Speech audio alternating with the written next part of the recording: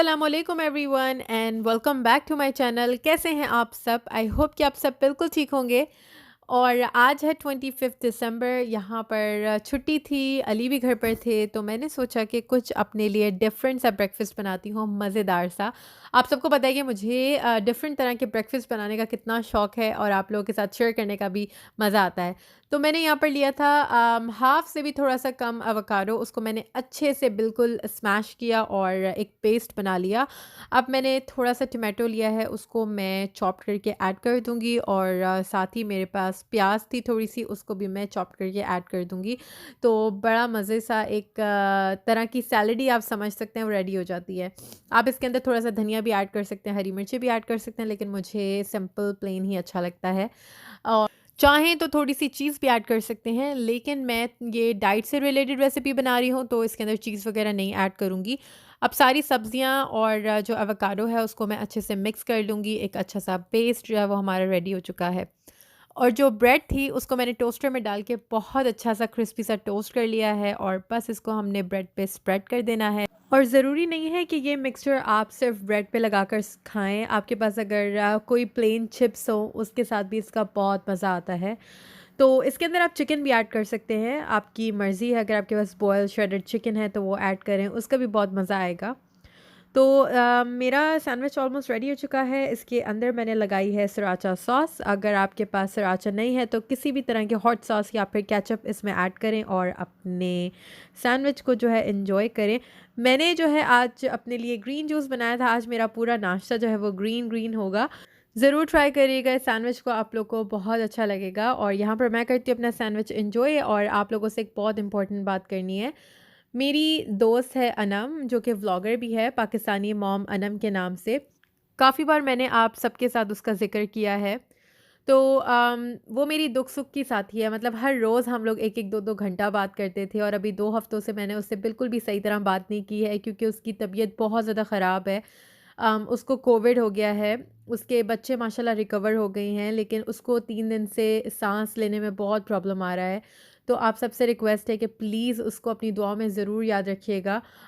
जभी भी दुआ के लिए हाथ उठाएँ तो अनम का नाम लेकर स्पेशली प्लीज़ दुआ करिएगा कि अल्लाह ताला उसको सेहत वाली ज़िंदगी दे। आमीन सुम्मा आमीन। और जितने भी लोग कोविड की वजह से बीमार हैं, किसी और बीमारी से बीमार हैं, तो अल्लाह ताला उन सबको सेहत दें। आमीन। और नाश्ता करने के बाद हम लोग टेबल पे बैठे थे, तो सोचा कि बच्चों को भी साथ में एक्टिविटी करवा देती हूँ, वरना फिर ये अपना ध्यान टॉयज़ की तरफ ले जाते हैं और फिर पढ़ने का इनका बिल्कुल भी दिल नहीं करता है। जब इस तरह की चीज़ें होती हैं ना इनके सामने कलरफुल सी और उसमें पिक्चर्स बनी होती है, तो इनका इंटरेस्ट खुद ही बढ़ता है। और अब माशाल्लाह इनको काफ़ी चीज़ों की पहचान हो गई है, कलर्स का इनको पता है, अल्फ़ाबेट्स का पता है और इनको वर्ड्स समझ आते हैं, बोलने आते हैं। तो मुझे काफ़ी खुशी होती है कि चलो होम स्कूलिंग का इनको थोड़ा बहुत जो है वो फ़ायदा हो रहा है। और यही एज बेस्ट है बच्चे की, जब वो प्रॉपर लर्न करना सीखता है और समझता है चीज़ों को। तो मैं जो हूँ हर रोज़ इनको लेकर बैठ जाती हूँ नाश्ते के बाद और इनके साथ जो है वो फिर अपना टाइम भी एंजॉय करती हूँ, क्योंकि यही वक्त है जो बच्चों के साथ हमें मिलेगा। अभी जब ये बड़े हो जाएंगे तो फिर ये हमें पूछेंगे भी नहीं, क्योंकि फिर इनको इनका अपना पर्सनल टाइम चाहिए होगा। जुमे का दिन है आज, तो मैंने नमाज़ वग़ैरह पढ़ ली और अब मैं लेकर बैठ गई थी कुरान शरीफ। माशाल्लाह मेरा पहला वाला कुरान शरीफ जो है वो मैंने ख़त्म कर लिया था और अब मैंने दोबारा से स्टार्ट कर लिया है। ये भी मेरा एक सिपारा जो है वो ऑलमोस्ट ख़त्म होने वाला है। साथ ही साथ मैं पंसूरा भी पढ़ती हूँ, डेली की जो दुआएँ पढ़ने वाली होती हैं वो पढ़कर सबका नाम लेकर फिर मैं दम कर देती हूँ। और आप सबको भी मैं अपनी दुआओं में हमेशा शामिल रखती हूँ। आप सब मेरी दुआओं में मेरे साथ-साथ रहते हैं। बाकी सर्दियों ने मुझे बहुत लेज़ी कर दिया है। मतलब घर के काम तो मैं टाइम पे कर लेती हूँ, बाकी जो व्लॉगिंग का टाइम आता है ना, उस पे मैं लेज़ी हो जाती हूँ। और रात को जब बच्चे सो जाते हैं ना, फिर मैं अपने काम को टाइम देती हूँ, मतलब बैठ के वॉइस ओवर करती हूँ, एडिट करती हूँ। उस टाइम क्या होता है, मुझे नींद आ जाती है, इसीलिए मेरा व्लॉग जो है ना, वो कुछ दिन अब लेट भी जा रहा है। और उसके बाद यहाँ पर बच्चे और हस्बैंड जो है वो नैप ले रहे थे। मैं कुछ भी कर लूँ, भले सुबह में मैं जितनी जल्दी उठ जाऊँ, मैं नैप ले ही नहीं सकती हूँ। मतलब मुझे दोपहर में नींद आती ही नहीं है। मैं बैठ जाऊँगी, लेट जाऊँगी आँखें बंद करके, लेकिन सो नहीं सकती हूँ, मुझे नींद ही नहीं आती है। मेरा जो रात का टाइम फ़िक्स है ना, मैं फिर जाकर रात को ही सुकून से सोती हूँ। दोपहर में मैंने ना बचपन में नैप लिया था, स्कूल जब गोइंग थे हम लोग, और ना ही अभी आदत है। लेकिन माशाल्लाह मैंने बच्चों को आदत डाली हुई है कि वो जो है वो अपना नैप टाइम पे ज़रूर लें, ताकि वो फिर शाम तक फ्रेश उठते हैं और फिर रात को भी वो टाइम से ही सो जाते हैं। इतने में मैंने सोचा कि मैं लिविंग रूम की अच्छे से सफाई कर देती हूँ, और काफ़ी लोग मुझसे पूछ रहे हैं कि आप डाइट की कोई और टिप्स बताएं कि वेट किस तरह से हम और लूज़ कर सकते हैं।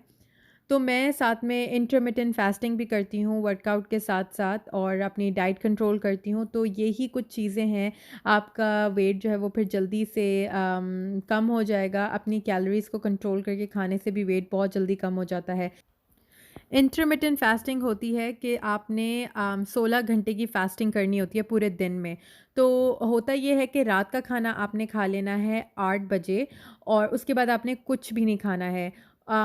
पानी वगैरह आप पी सकते हैं, और ग्रीन टीज़ वगैरह ले सकते हैं, और उसके बाद फिर आपने नेक्स्ट मॉर्निंग दोपहर 12 बजे अपनी एक मील खानी है, और बीच में आप कुछ भी खा सकते हैं उसके बाद। और फिर रात का खाना 8 बजे खा लेना है। तो इसको कहते हैं इंटरमिटेंट फास्टिंग। इससे भी काफ़ी जल्दी वेट जो है वो लूज़ होता है, और अगर आप डाइट कंट्रोल करके खाएँगे तो और भी ज़्यादा तेज़ी से वेट लूज़ होता है। आज क्रिसमस डे था, तो हम लोग सब घर पर ही थे, तो सोचा कि शाम में बच्चों को बाहर लेके चलते हैं और लाइट्स वगैरह देख कर आते हैं। लाइट्स देखना हम सबको ही बहुत अच्छा लगता है, क्योंकि जब डिफरेंट कलर्स देखते हैं तो आपका मूड स्विंग्स भी फिर डिफरेंट हो जाते हैं, और माइंड भी ना रिलैक्स हो जाता है। तो मैंने सोचा कि बच्चे भी खुश हो जाएंगे और आप लोग को भी कुछ नया देखने को मिल जाएगा।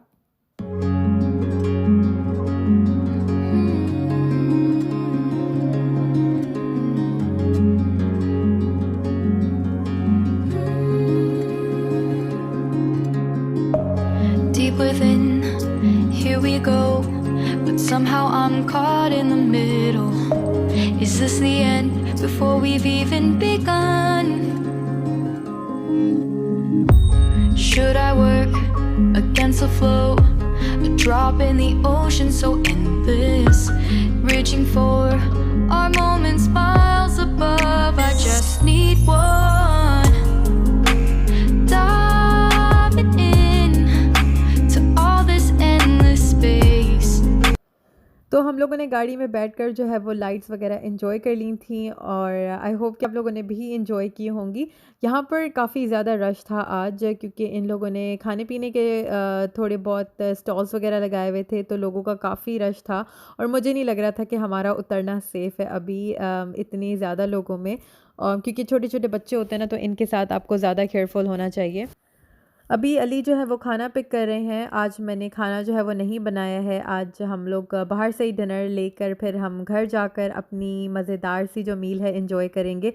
अगर आप लोग एलए में रहते हैं तो अलहम्रा के चिकन टिक्का मसाला ज़रूर ट्राई करें, इनका खाना बहुत अच्छा होता है। अक्सर काम से जब मैं फ़ारिग होती थी ना, जब मैं पहले जॉब करती थी, तो समटाइम्स मैं इन्हीं का ही खाना लेकर घर जाकर खाती थी, क्योंकि 12 घंटे की रोज़ की शिफ्ट होती थी, और समटाइम्स तो खाना घर में पका होता था, लेकिन जिस दिन नहीं होता था तो फिर ये बिल्कुल मॉल के सामने एक रेस्टोरेंट है, वो भी हलाल था, तो बस यहीं से ही खाना पिक करती थी और घर जाकर टीवी लगाकर मस्त होकर एंजॉय करती थी अपनी मील। और कभी-कभी तो मैं और अली यहाँ से खाना पिक कर कर काम से फ़ारिग होकर मूवी थिएटर जाते थे, अपना मूवी एंजॉय करते थे। मेरा एक काम होता था मूवी थिएटर में जाकर, खाना खाकर जो है वो मैं लेट कर आराम से सो जाती थी, और जब मूवी का एंड होता था ना, फिर मेरी आँख खुलती थी और मैं अली को कहती थी मूवी ख़त्म हो गई, वो बोलते तुम पूरा टाइम जो है सोकर तुमने गुज़ारा, और सिर्फ़ वो ही बैठे हुए बेचारे मूवी जो है वो देख रहे होते थे। और अभी कभी घर में ऐसे ही होता है कि मैं और वो अगर मूवी लगाकर बैठ जाते हैं, बच्चे सो रहे होते हैं, तो हम लोग मूवी नाइट करते हैं, तो मैं सो जाती हूँ। मैं कभी भी जो है वो पूरी मूवी नहीं देख सकती हूँ, ना मैं कभी अपना पूरा ड्रामा देखती हूँ, ना मूवी देखती हूँ, मुझे नींद आ जाती है। अच्छी बात है कि मैं इन चीज़ों में इतना इंटरेस्ट जो है वो नहीं लेती हूँ, और अभी जो है खाने से फ़ारिग होकर हमने सोचा कि बच्चों को उनकी फ़ेवरेट मूवी लगा कर देते हैं। ये मैंने इस वीक कोई 10 बार मूवी देख ली है। मेरे बच्चों को इतनी पसंद है ना, जब इनको लगा कर दो ये माशाल्लाह सुकून से बैठकर अपनी the good dinosaur movie enjoy कर रहे होते हैं। मतलब ज़रा जो शरारतें हो रही होती हैं ना, इस मूवी को लगते ही इनकी शरारतें सारी ख़त्म हो जाती हैं। और 3 बार ये मूवी मैंने अब्दुल अहद के साथ देखी है, जब ये फर्स्ट टाइम रिलीज़ हुई थी, और अब्दुल अहद से फ़ारिग हुई तो आरिफ और अलाया के साथ मैं 10 बार ये मूवी रिपीट कर चुकी हूँ। और कुछ अब आपके साथ मैं स्किन केयर प्रोडक्ट्स शेयर करने वाली हूँ, क्योंकि मुझे काफ़ी ज़्यादा क्वेश्चन आते हैं कि मेरी स्किन केयर रूटीन क्या है। तो मेरी कोई ऐसा ख़ास रूटीन नहीं है, मैं जो भी यूज़ करती हूँ वो आज आपके साथ जो है वो शेयर कर देती हूँ।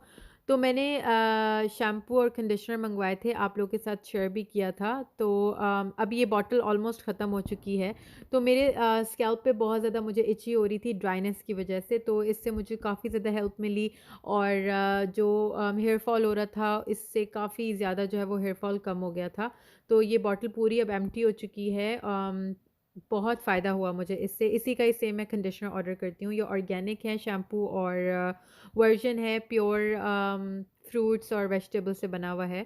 साथ में मैंने ये ऑयल भी मंगवाया था, एंटी एलर्जी और टेंशन रिलीफ ऑयल। इसको लगाने के बाद ना सर में इतना सुकून मिलता है ना, मैंने एक ही बार यूज़ किया है और मज़ा आ जाता है इसकी ऑयलिंग करके। तो अब मैं जो वैक्स के लिए यूज़ करती हूँ, ये मुझे बहुत अच्छा लगता है ब्रांड, और अमेज़न से मैंने मंगवाया था। लास्ट टाइम मैंने ये पूरा पैक ऑर्डर किया था तो मुझे 30 प्लस का पड़ा था, और अभी इनकी डील चल रही थी तो मुझे $20 का मिल गया ये पूरा पैक। इसके साथ आता है प्री वैक्स और आफ्टर वैक्स। तो जब वैक्स करनी होती है तो हमें वो प्री वैक्स का स्प्रे करना होता है। उसको लगाने के बाद आपको ज़रा सा भी पेन महसूस नहीं होता, और आफ्टर वैक्स जब आप लगा देते हैं तो जो रेडनेस होती है वो ख़त्म हो जाती है। कुछ स्टिक्स आती हैं इसके साथ, और पतली वाली से मैं अपनी आईब्रोज़ वग़ैरह कर लेती हूँ, और मोटी वाली से हाथ वग़ैरह आराम से हो जाते हैं। बाकी इसमें 6 पैक्स होते हैं, आई थिंक 100 ग्राम्स का या फिर कुछ 50 ग्राम्स का ऐसे ही होता है। और हर वैक्स की ना अपनी ही खुशबू है, क्योंकि इसके अंदर एसेंशियल ऑयल्स हैं, तो बड़े अच्छे मज़ेदार फ्लेवर हैं इसके, और कलर्स भी इतने प्यारे होते हैं इनके। और ये वैक्स ना बहुत सॉफ्ट कहूँगी मैं इसको, हार्ड नहीं कहूँगी, कि लगाने के बाद जो है ना बिल्कुल भी पता नहीं चलता है, मतलब दर्द नहीं होता है। क्योंकि हॉट वैक्स होती है ना कि बहुत ज़्यादा तकलीफ़ होती है, इससे बिल्कुल भी नहीं होती है, और स्पेशली प्री वैक्स लगाने के बाद तो बिल्कुल भी पता नहीं चलता है। बाकी आप लोग स्क्रीनशॉट ले लीजिएगा, अगर किसी को मंगवाना हो तो अमेज़न से ऑर्डर कर लीजिएगा। अभी भी आई थिंक इनकी सेल स्टिल चल रही है।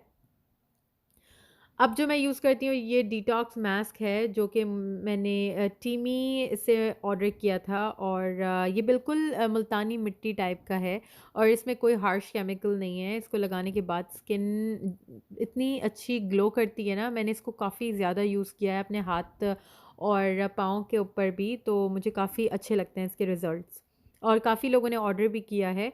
और आप लोग भी टीमी की वेबसाइट पे जाकर ऑर्डर कर सकते हैं, क्योंकि अभी इनके पास 50% ऑफ चल रहा है। अब ये मॉइस्चराइजिंग क्रीम है, क्योंकि मुझे बहुत ज़्यादा एलर्जी हो रही थी, मैंने इसका बहुत यूज़ किया है, ये भी ऑलमोस्ट हाफ़ हो गई है।